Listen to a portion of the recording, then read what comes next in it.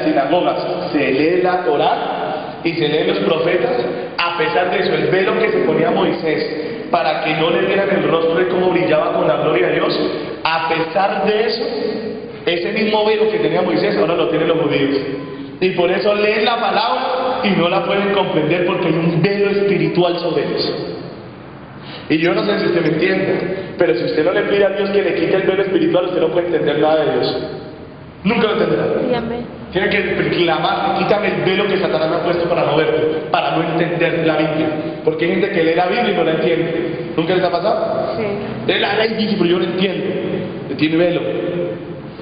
Tiene un velo espiritual. Entonces date cuenta, ellos dicen no. Entonces, ¿qué hizo Judas Macabeo? Dijo, imagínate, se murieron estos tipos y en un pecado de idolatría que para Dios es gravísimo, es el principal de los pecados. Ese es el principal pecado. En Éxodo capítulo 20, versículo 1, el primer mandamiento es que no nos hagamos dioses ajenos. Mire eso. Oiga, y el católico cita esto y no está viendo lo que hace. Pues ¿sí ve? Lo predica para hablar del purgatorio y no se da cuenta que él está en lo que produjo la muerte de esta gente. Ahora, entonces dice Judas, no, pues vamos a hacer unos sacrificios y vamos a pedirle al sacerdote que ore por los muertos. Entonces de ahí se pega el católico para decir, si ve, si oraron por los muertos, eso es porque nosotros también podemos orar por los muertos y por nuestros familiares para que salgan de un lugar que ellos se inventaron que se llama purgatorio.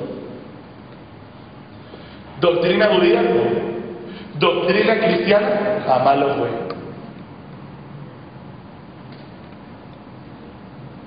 Entonces, ese pasaje se puede convertir en una doctrina, la respuesta es no. Porque los fundamentos de la doctrina cristiana arrancan desde Génesis. ¿Y qué es lo primero que Dios me dice a mí en el libro de Levítico y en el libro de Deuteronomio? Me dijo, no habrá entre ustedes quien invoque muertos. No va a haber espiritista, no va a haber evocador y no va a haber agorero. Amén. O sea que al que se le riega la sal en la mesa y dice, ¡ay no! Ese es un agorero, va para el infierno. ¿Me está entendiendo o no? Si se regó la sal, ¿qué hay que hacer? Recogerla, hermano. Pero el agorero, como es hechicero y tiene el espíritu de hechicería, va para el infierno el día de su muerte, porque ha hecho de todo menos agradar a Dios. No ha buscado la palabra de Dios para agradar a Dios. Entonces, ¿qué dice el Señor? Aquí, ¿cómo yo sé que estoy bien alineado con la roca, con la piedra angular que es Jesús? ¿Cómo yo sé que yo estoy siendo edificado en mi casa espiritual está siendo edificada conforme a la piedra angular? Porque si yo comienzo a edificar un muro, encontraría la piedra angular, ¿cómo queda la casa? Chueca. Entonces dice la Biblia que Dios tiene 4 cosas para juzgar. Mire esto, de las cuales varias de ellas las conocemos en la construcción. 1, el cordel. Dios dice, voy a poner un cordel y voy a juzgar sus obras. Otro, la plomada.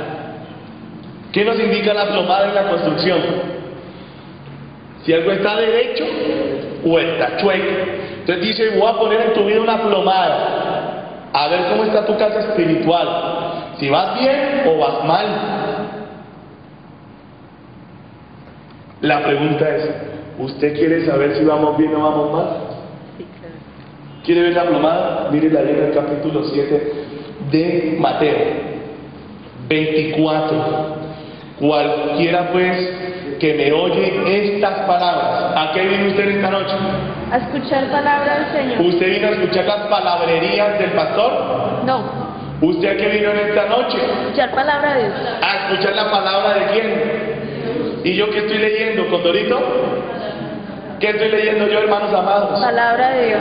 Y estoy procurando explicar la palabra de Dios en sus contextos bíblicos, para que usted entienda lo que Dios está hablando. Entonces dice, cualquiera que me ¿qué? Oye. Estas palabras, siga leyendo el otro pedacito, Mateo 7:24. ¿Y las qué? Y las hace. ¿Las qué? Las hace. Dígalo duro que no lo oigo. Las hace. Las hace. ¿Y qué dice el Señor? Le compararé a un hombre prudente. Le compararé a un hombre ¿cómo? Prudente. Prudente. Dígame otro sinónimo de prudente. Cuidadoso. Otro. Sabio. Otro. Sensato. Me gustó ese otro. Inteligente. Precavido.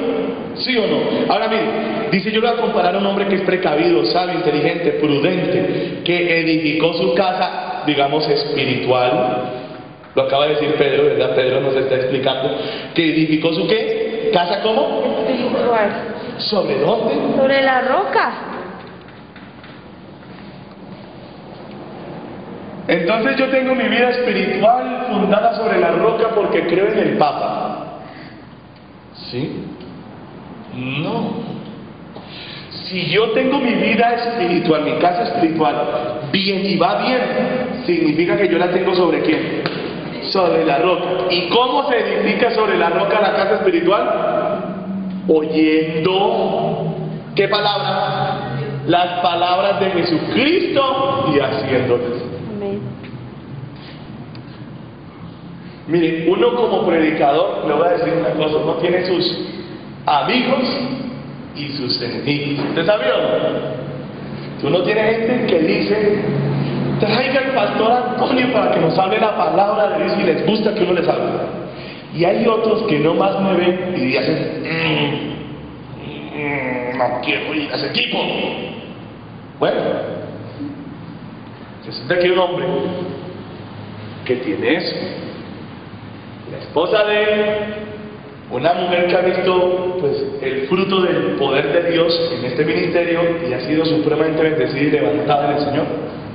Pero tristemente se consiguió un esposo ya después de señora, no me preguntó nada, yo supongo que para que yo no le aguara la fiesta, y entonces se consiguió un viejito, pero bien terrible.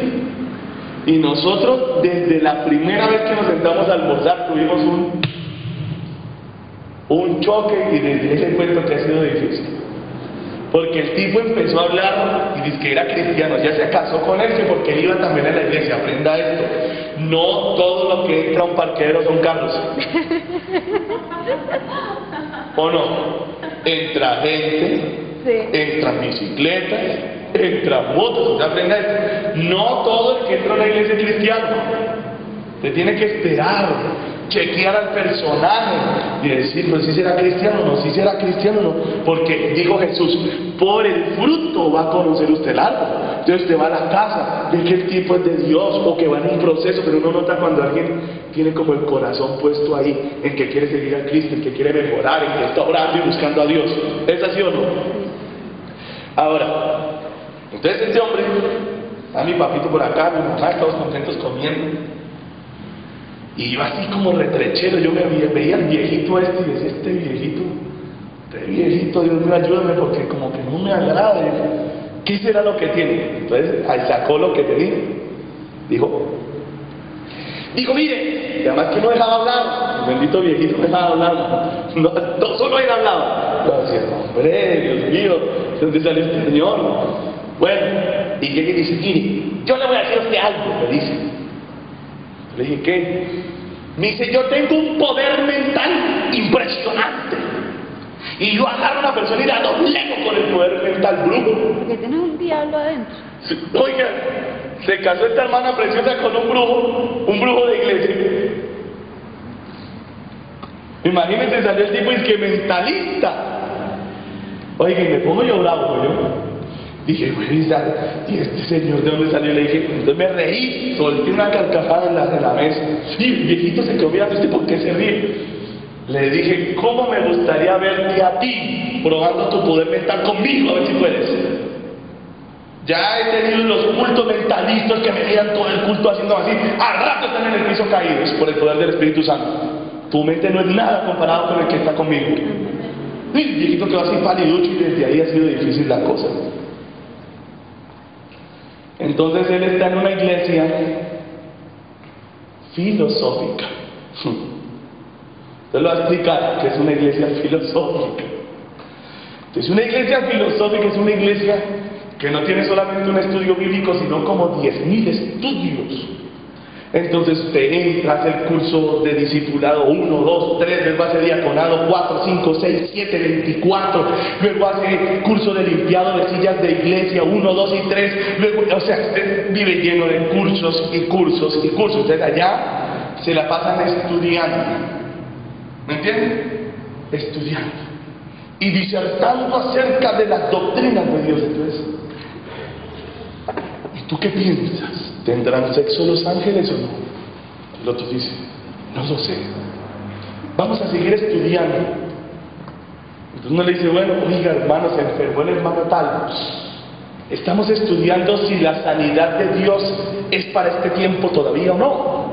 No lo sabemos, la verdad. Pero el hombre se está muriendo, pastor, corramos. Vamos a seguir estudiando. En 2 años oramos por él. El hombre, ¿qué pasa? ¿Cuándo se muere? Al otro día se murió. Entonces este hombre pegó en el lugar adecuado. Entonces la otra noche tuve la oportunidad de predicarle a ambos. Cuando él vio que yo me senté con la Biblia, dijo, hija, vámonos a dormir. Dijo, no, un momentico, vamos a leer la palabra y vamos a orar. Y le expliqué lo que Cristo aquí nos está diciendo. Le dije, mire, el cristianismo no es una filosofía. El cristianismo es una doctrina práctica.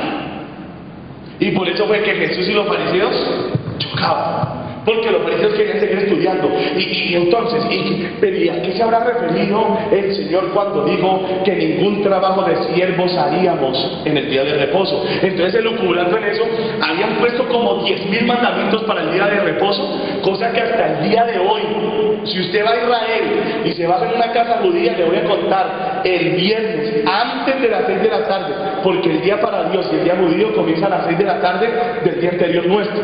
O sea, por ejemplo, ahorita mismo, para Dios, ya estamos en qué día?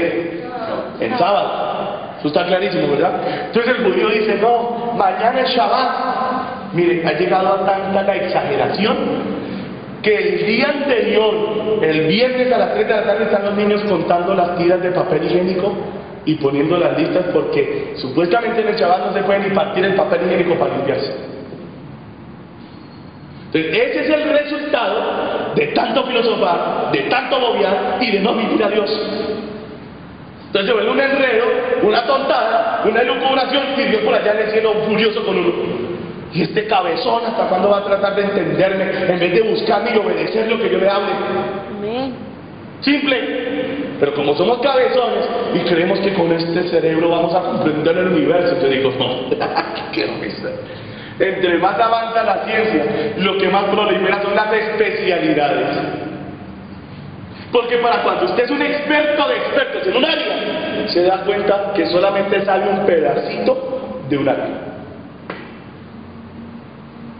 ¿Cuándo termina usted de hacer todos los doctorados y postdoctorados que hay en el mundo? Nunca. Pero queremos igualarnos a Dios y entenderlo todo de Dios. Lo lindo, lo que dijo Jesús es, el que no se haga como un niño, no va a entrar al reino de los cielos. ¿Entonces qué quiere Dios? Que seamos enseñables, dóciles, mansos y sencillos. Y le dije a este hombre, Jesucristo no viene a hacer una filosofía, Él nos hablaba cosas prácticas. Entonces, por ejemplo, decía, mira, si tú vas camino al templo y en el camino te acuerdas que le dijiste algo malo a tu hermano, devuélvete, deja tu ofrenda, pídele perdón, reconcíliate con él y luego ve y presenta la ofrenda. Él hacía que la Biblia fuera fácil, vivible. Entonces, ¿yo cómo sé que estoy delante de un pastor, un hombre de Dios, cristiano y lleno de Cristo? Porque dice cosas vivibles. Pero no hay nada peor que salir uno de una iglesia diciendo, ¡qué predicación tan impresionante! No entendí nada.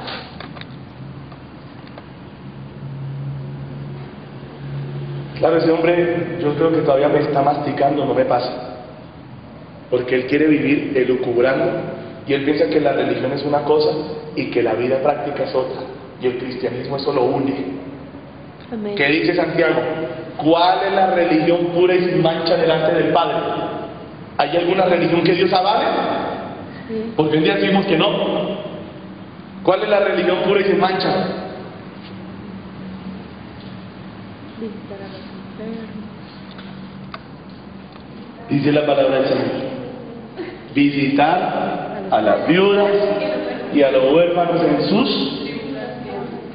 Se lo traduzco en un lenguaje nuestro. Ser bueno. Ayudar al que lo necesite. Mire la religión que Dios aprueba. Y guardarse sin mancha del mundo. Significa ser un hombre santo y lleno de amor. ¿Cómo le pareció? ¿Difícil de entender? Difícil de vivir. ¿Quién me entendió ese pedazo? Pero Dios no te habla enredos. Dios no te dice tienes que ponerte a meditar, unga, la cachunga, lugatunga, no. Una rocolita ahí. No. Dios te dice, quiero saber tu corazón, quiero que me hables como un hijo padre. Háblame, yo te voy a responder. Entra en una relación conmigo personal. ¿Cuántos dicen amén? Amén. Entonces aquí el mismo Cristo dice, ¿de qué se trata el cristianismo? ¿De qué se trata la edificación de mi vida como casa espiritual de Dios? De oír la palabra de Dios y hacerla. Entonces si hoy me entero que la voluntad de Dios es que yo perdone a mis enemigos y ore por ellos, ¿qué hay que hacer al salir de aquí? Perdonarle y orar por él. Perdonarlos. Pedir perdón también si usted ha pecado, pero no perdonar, porque dice en el Padre nuestro, perdónanos a nosotros, así como nosotros hemos perdonado a los que nos han ofendido. Y dice Jesús, porque si usted no perdona, no lo perdona. Significa que el que no ha perdonado hace 10 años, los pecados de hace 10 años, ¿dónde están? Sobre él. Ay, pero yo rezo. Usted puede rezar, usted puede hacer lo que quiera, pero la palabra dice para vivirla. ¿De qué me sirven los rezos si no obedezco a Dios? ¿De qué me sirve decir, yo creo en Dios, pero no lo amo, no lo sigo? Tristemente Dios me va a decir, eres un demonio. Ay, Dios, no me digas eso. Claro, hijo, porque ponte a pensar, los demonios creen en mí, pero son demonios. O el demonio hace lo que Dios quiere. Hace lo que Él quiere. Y por eso le dijo a Eva, el día que tú comas de esto vas a ser como yo. Que sabiendo el bien y el mal, podrás tomar tus propias decisiones y votar para el chorizo a Dios. ¡Tú vas a ser Dios! Entonces Eva dijo, ese negocio me gusta. Y entonces ahora yo voy a ser la diosa Eva, sí, mijita. Y voy a gobernar a Adán, sí, mijita. Vea, está el problema. ¿Nadie entendió? Bueno, sí. Es que yo soy pastor, escucho las parejas, pero pare bola, 25, escuche el 25, mire, descendió lluvia y vinieron ríos y soplaron vientos y golpearon contra aquella casa. ¿Qué significa? Que el que está edificando su casa sobre la roca, sobre Jesús, ¿qué comienza a venir sobre él? Pruebas, dificultades, no vayas a la iglesia, Lorena no sin palbus, ay Dios mío, yo quiero ir a la iglesia, porque los ministros, él mismo constituyó unos ¿qué? Apóstoles, profetas, evangelistas, pastores y maestros con el fin de edificar. Entonces, ¿a quién usa Dios en la edificación de mi casa espiritual? A los ministros de Dios. Por eso yo como pastor me cuido mucho y soy así como de que otro ministro venga a predicar aquí. ¿Por qué? Porque no todo pastor que usted ve es un hombre de Dios. Y yo estaré joven, pero no chueco ni malo. Porque hay gente que dice, si ve ese pastor, sí, ese es viejito, ese sí está bien. ¿Usted cómo sabe? ¿Usted cómo sabe que no es violador o que no es un bandido? Mire nomás cómo roban hoy en día el pueblo de Dios. Usted está enfermo, venga y haga un pacto. Inmediatamente Dios lo sana. ¿Dónde está eso en la Biblia? Entonces ha salido un grupo de ministros del Evangelio también, sabios de la palabra, maestros de la Biblia, a contradecir estos falsos. Y hoy en día en la iglesia hay una guerra, así, es un choque violento entre los profetas de Dios y los falsos profetas, que quieren sacarle la plata al pueblo de Dios. Tras de que muchos están más vaciados, bien vaciados, además de eso los vacían en todo. Mire cómo será de falsa esa doctrina que le dicen a usted, necesito una casa, Y dice, sí, Señor. Bueno, Dios me muestra que tienes que hacer un pacto. ¿Cuánto tienes ahí? No, pastor, ay, pastor, me da pena porque toda la iglesia me está oyendo, pastor. Yo traje para el bus de vendido y no tengo para devolverlo. Oh, hermano, terrible tu situación, pero no importa. No hagas el pacto ahorita, vas a hacer una promesa. Y acuérdate que el que abundantemente siempre, abundantemente recogerá. Todo eso es bíblico, pero en medio del lavado de cerebro, uno está bien adelantado y le meten eso y una cosa y la otra, y lo que está mal es el corazón de ese ministro, que lo que quiere no solamente vaciar al hermano, que ya está mal, sino además de eso, comprometerle lo que le llegue. ¿Quién me está entendiendo? Entonces él dice, sí, padre, se emociona porque esos tipos tienen una cosa, un espíritu bien raro. Yo una vez fui a una iglesia de ese hermano y cuando vi de vaina saqué los zapatos. Llegué a la calle y dije, claro, en esos días yo no sabía la Biblia que sé hoy. Y cuando llegué a la puerta dije, Dios mío, salí bendecido. Mamá, présteme para el bus. La había dejado toda adentro. Porque el tipo tenía una manipulación, una cosa, hermano, y vida aturdido ahí. Tenaz, esa gente tiene su vaina. Esa gente tiene su diablo ahí. Un diablazo yo creo que tiene que ser. Entonces le dicen al hermano, tranquilo, ¿de cuánto va a ser tu pacto? Usted se emociona y dice, 500,000 pesos. Bueno, entonces ¿qué significa? El hermano estaba sin para el bus, ¿cierto? Resulta que dentro de una semana le llegan 500,000 pesos. Ahora tiene para buses. Ahora le empieza a retener en la cabeza. Hiciste un pacto con Dios, tienes que cumplirlo. Y empieza el hermano, no, Dios mío, yo tengo que pagar, le debo 100,000 a Juan, 100,000 a Pepa, 200,000 en la tienda. Ay, yo debería pagar esas deudas, pero ya le dije al apóstol, porque siempre son apóstoles, al mega hiper mega apóstol profético ungido del último tiempo, que le iba a llevar los 500,000 pesos. ¿Y qué hace el pobre hermano? Viene y deja los 500,000, el pastor sigue chévere, compra su quinto carro y el hermano apata para la casa. Todo por no andar fundando nuestras vidas en la roca inconmovible que es Jesucristo. Entonces los ministros tenemos la labor de edificar su casa espiritual. Lo que usted quiera darle a la iglesia y al Señor y aquí para que la obra siga, ahí está el alfolín. Yo ni siquiera paso la canastica de ¿sí han visto? No, con un palito. Esa cosa es intimidante, digo yo, o no será intimidante. Pasa el diácono y trae el palito ese. Hermano, vamos a recoger la ofrenda.